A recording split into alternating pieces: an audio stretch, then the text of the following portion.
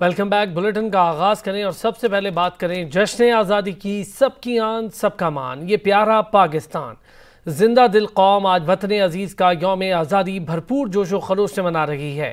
کراچی سے پشاور، گوادر سے گلگت بلتستان، ہر سو سبز ہلالی پرچموں کی بہار ہے، ہر چہرہ خوشی سے سرشار ہے۔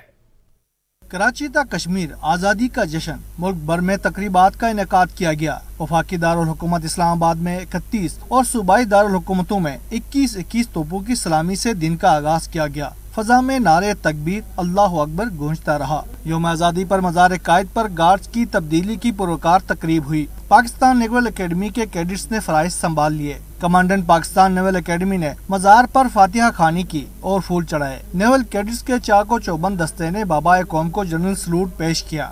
گورنر اور وزیر اعلیٰ سندھ نے کراچی میں مزار قائد پر حاضری دی اور فاتحہ خوانی کی۔ فلیگ پوسٹ پر پرچم کشائی بھی کی گئی۔ وزیر اعلیٰ سندھ نے متحد ہونے کو وقت کی ضرورت قرار دیا۔ ہم اپنے آپ کو ایک مشکل صورتحال میں دیکھتے ہیں، ان سب کا مقابلہ کرنے کے لیے ہم سب کا متحد ہونا بہت ضروری ہے۔ مزار اقبال پر بھی گارڈز کی تبدیلی کی پروکار تقریب ہوئی۔ پاک فوج کے چاق و چوبند دستے نے اعزازی گارڈز کے فرائض سنبھال لیے۔ مہمان خصوصی میجر جنرل انیک الرحمان ملک نے مزار اقبال پر حاضری دی۔ انہوں نے مزار پر پھولوں کی چادر چڑھائی اور فاتحہ خوانی کی۔ D G Rangers Punjab major general Amir Majeed نے بھی مزار اقبال پر حاضری دی۔ میجر جنرل عامر مجید نے مزار پر پھولوں کی چادر چڑھائی اور فاتحہ خوانی کی۔ یوم آزادی کی مرکزی تقریب ایوان صدر میں ہوئی۔ صدر مملکت ڈاکٹر عارف علوی نے خطاب میں کہا کہ ہمارا ماضی، حال اور مستقبل ہماری سمت کا تعین کرتا ہے۔ کہ ہمارا ماضی، حال اور مستقبل تینوں چیزوں کا اگر ہم دائرہ کر لیں تو ہمیں اندازہ رہے گا کہ ہماری سمت کس طرف جا رہی ہے۔ ان 74 سالوں کے اندر یہ کبھی مت بھولیے گا کہ ہمارے اوپر 3 جنگیں مسلط کی گئی مختلف بہانوں کے ذریعے۔ چاروں صوبائی دارالحکومتوں سمیت آزاد کشمیر اور گلگت بلتستان میں بھی پرچم کشائی کی تقریبات ہوئیں۔ بانی پاکستان کے رہنما اصول اتحاد، ایمان اور تنظیم کو اپنانے پر زور دیا گیا۔ جشن آزادی کا پروقار دن بلوچستان میں بھی قومی جوش و جذبے کے ساتھ منایا جا رہا ہے۔ گوادر میں ریلی نکالی گئی ہے۔ صوبائی دارالحکومت کوئٹہ میں جشن آزادی کی مرکزی اور پروقار تقریب بلوچستان اسمبلی کے سبززار میں منعقد ہوئی، جس میں وزیر اعلیٰ بلوچستان جام کمال، اسپیکر عبدالقدوس بزنجو، صوبائی وزراء اور اراکین اسمبلی سمیت دیگر اعلیٰ سول اور فوجی حکام نے شرکت کی۔ وزیر اعلیٰ جام کمال کا کہنا تھا کہ یوم آزادی تجدید عہد کا دن ہے اور ہمیں احساس دلاتا ہے کہ پاک دھرتی کی سلامتی اور ترقی کے لیے ہم کس طرح اپنا کردار ادا کر سکتے ہیں۔ 14 اگست میرے اور آپ کے لیے بھی اسی دن کی نسبت اس ملت پاکستان کے حوالے سے ہونا چاہیے۔ یہ تحفہ ہمارے ہاتھ میں ہے، اس کی بگاڑ اور اس کی بہتری ہمارے ہاتھ میں۔ ہم اگر چاہیں تو اپنے آنے والے نسلوں کے لیے اس کو بہتر بنا سکتے ہیں۔ بلوچستان میں یوم آزادی کا جشن، گوادر میں پاکستان زندہ باد ریلی نکالی گئی۔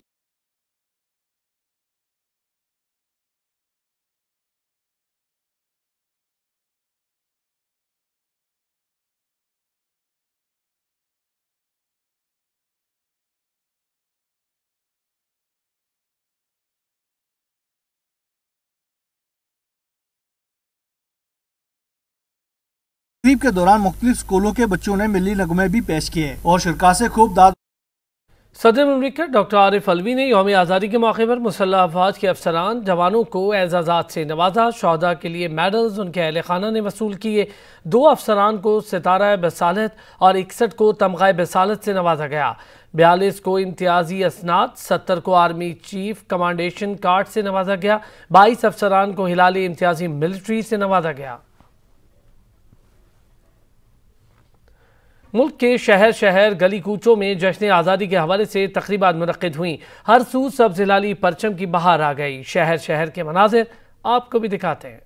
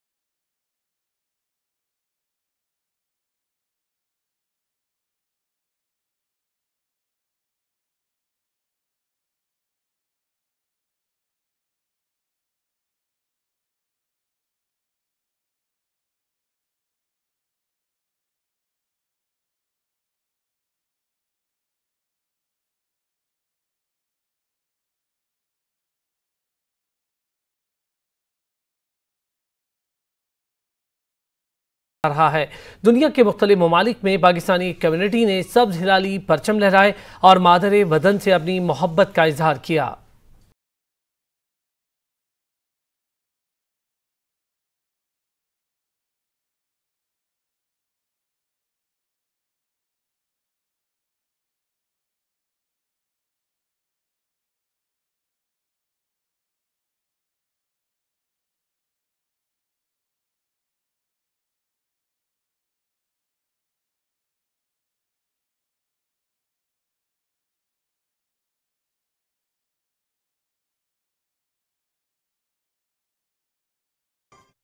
ویسٹ انڈیز میں موجود پاکستان کرکٹ ٹیم نے بھی جشن آزادی جوش و جذبے سے منایا۔ پاکستان کرکٹ بورڈ نے اپنے سوشل میڈیا پر ایک ویڈیو شیئر کی جس میں کرکٹ ٹیم کے کھلاڑی ملی نغمے پر تالیاں بجاتے اور اسے گنگناتے ہوئے دکھائی دے رہے ہیں۔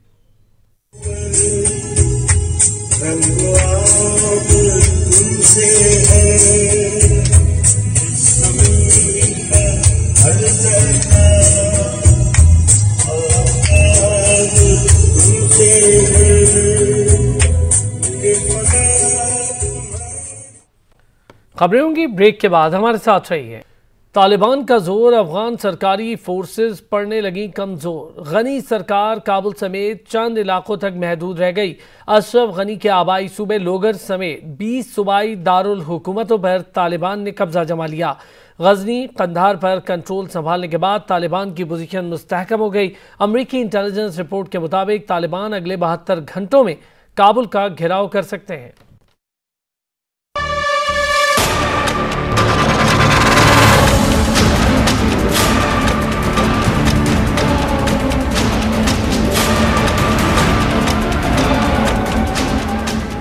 افغانستان میں اشرف غنی حکومت دم توڑنے لگی۔ ایک ایک کر کے افغان صوبے طالبان کی جھولی میں گرنے لگے۔ طالبان نے 80% افغانستان پر قبضہ کرتے ہوئے اشرف غنی کے آبائی صوبے لوگر، وردک سمیت 34 میں سے 20 صوبوں پر کنٹرول حاصل کر لیا۔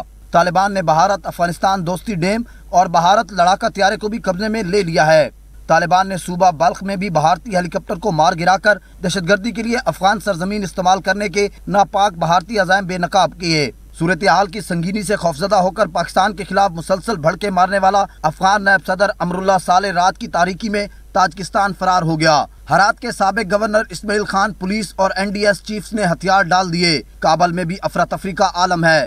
امریکہ نے بھی اپنے شہریوں کو نکالنے کے بہانے 3000 فوجی کابل بھیج دیے ہیں۔ تاہم امریکی جریدے پولیٹیکو کی رپورٹ کے مطابق امریکہ افغانستان میں اپنا سفارت خانہ بند کرنے کی پلاننگ کر رہا ہے۔ امریکہ نے اپنے سفارتی عملے کو حساس نوعیت کے کاغذات ضائع کرنے اور ساز و سامان تباہ کرنے کا حکم بھی دے دیا ہے۔ امریکہ نے افغان صدر کو بھی مستعفی ہونے کا مشورہ دے دیا ہے۔ اس حوالے سے امریکی وزیر خارجہ اور دفاع کا اشرف غنی کو ٹیلی فون عہدہ چھوڑنے کا مطالبہ کر دیا۔ صورتحال سنبھالنے کے لیے عبوری حکومت قائم کی جائے گی۔ ادھر اقوام متحدہ کے سیکرٹری جنرل نے طالبان کو پیش قدمی فوری ختم کرنے پر زور دیا ہے۔ نیٹو نے افغانستان میں مشن جاری رکھنے کا اعلان کر دیا ہے۔ افغانستان سے غیر ملکیوں کے انخلاء کا معاملہ، بین الاقوامی اداروں نے PIA سے رابطہ کر لیا۔ افغانستان میں پھنسے ورکرز کی منتقلی کے لیے آپریشن شروع کرنے کی استدعا کر دی۔ افغان صدر اشرف غنی کہتے ہیں میں کسی صورت استعفیٰ نہیں دوں گا، تاہم موجودہ صورتحال پر قابو پانے کی کوشش کی جا رہی ہے۔ انہوں نے کہا طالبان کی تیزی سے پیش رفت اب کابل تک پہنچ چکی ہے۔ اولین ترجیح ہے کہ مزید بدامنی کو روکا جائے۔ تشویشناک بات یہ ہے کہ افغان فوج طالبان کے سامنے منہدم ہو چکی۔ برطانوی وزیر اعظم بورس جانسن نے کہا افغانستان میں صورتحال خراب سے خراب تر ہو رہی ہے، وہاں اتحادیوں کی مدد کرنے والوں کو نکالنا چاہیے۔ فوجی حل کی بات کرتے ہوئے ہمیں حقیقت پسندانہ ہونا چاہیے، یقینی بنائیں کہ افغانستان دہشت گردی کی افزائش گاہ نہ بنے، القاعدہ یورپ پر حملہ نہ کر سکے۔ As everybody can see, the situation in Afghanistan has deteriorated, and as I said in the House of Commons a few weeks ago, we could see this coming for some time, and we'd have to make preparations to pull out, and that's what's going on now. That moment has now come. So in the course of the next few days, we will see the vast bulk of UK embassy staff officials come back, and we'll step up our efforts to bring back those Afghans who have helped us, helped the UK, helped international forces throughout.